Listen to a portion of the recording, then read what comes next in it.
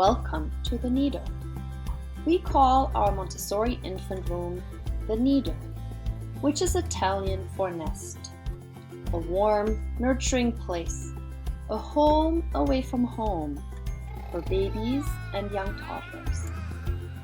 It is a place where babies can develop at their own pace, where they're cared for by teachers who are loving and who understand the unique needs of these young beings. It's a welcoming place for looking around and observing, for moving about whichever way you can, for exploring with all your senses, hearing, touch, taste, sight, smell, for eating when you are hungry, and for sleeping when you are tired. An authentic Montessori environment is nothing like a typical daycare setting. You won't find any containers, cribs, playpens, bouncers, or high chairs here. Our babies are always free to move. The environment is set up to entice movement, to make it joyful and rewarding. Babies find floor mats to crawl on, mirrors to encourage tummy time and self-discovery, pull-up bars to pull to standing, obstacle courses, and tunnels for crawling. Different size stairs and ramps to climb up and down. Low furniture to cruise along, and carts to push. I know. We also offer infant-sized outdoor play areas to explore, with balls to throw and chase, and plenty of space to run around. Our teachers love engaging with babies. We help them communicate with words or with sign language. We explain what we do and encourage them to use words or signs to express their needs. We use correct, elaborate language with them. This girl is fascinated with the photos displayed at child height and listens eagerly to her teacher's explanations. In fall, you turn orange and yellow. Look at the trees. There's so many. The forest. The sun is going down. The sun is yellow. This child gets to choose his food. These children are learning that a teething ring that fell on the ground needs to be washed. I'm sorry, it was on the ground. Let me wash it off. I will be back. And these children enjoy a song and movement activity outside.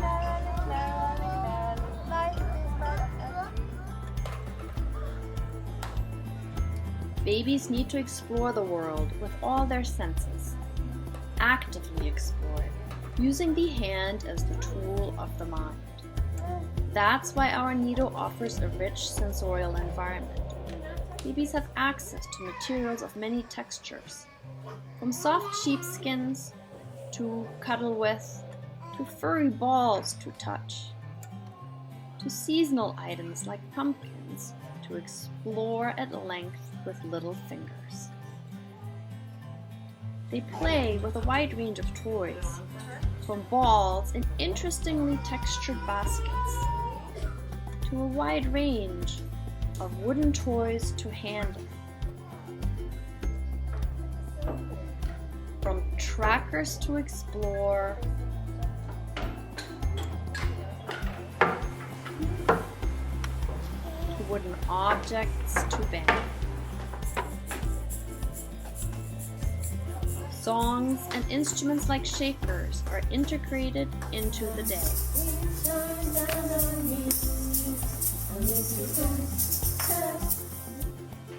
Children benefit them the time and space to really enjoy the taste and texture of their foods. They love outside play, from playing with bubbles to exploring the sand, and of course grass to run on. They go on stroller outings every day to observe nature, to look at birds, trees, flowers. In the Montessori Infant Program, we want to help your child take his first steps toward independence. This principle is key behind some of the differences between our educational approach and typical daycare. We never do anything for the child that she can do for herself. We don't feed children assembly line and high chairs. Instead, as soon as children can sit, we offer them a place at a low weaning table. We give them finger foods or their own spoons to participate in feeding. With careful support, children just over a year are surprisingly capable self-feeders. We engage children in toileting. We explain to them what is happening. Oh, your diaper is wet. Let's go change it. We wait for a response. A 5-month-old lifting his arms to be picked up, a 10-month-old crawling toward and onto the low changing table. We ask children to help, to lift up their legs, to sit down and pull off their pants. For those who can stand, we change their diapers standing up. Newly mobile babies like that a lot better than being forced to lie down. We also invite them to use the toilet and, of course, wash hands. Toilet learning in Montessori is just another natural step toward independence.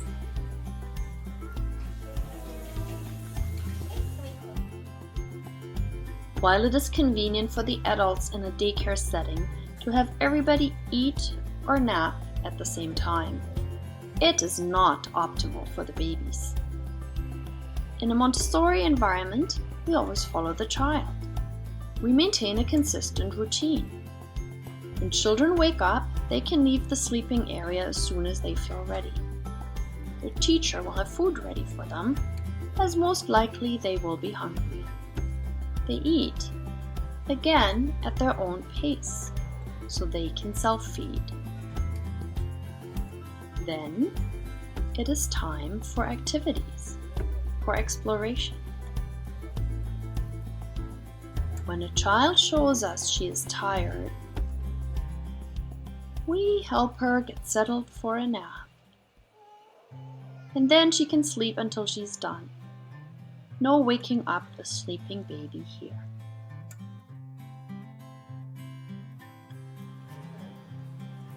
Children need space and time to explore. Our Montessori guides act as guides, as facilitators, more than as teachers or entertainers. They guide the child toward independence. They put him in a position to succeed. They remove obstacles rather than doing things for the child. They provide words to identify to the child what he is doing. They are the destination the child can walk to under his own power, rather than holding the child's hand and making her walk before she's ready.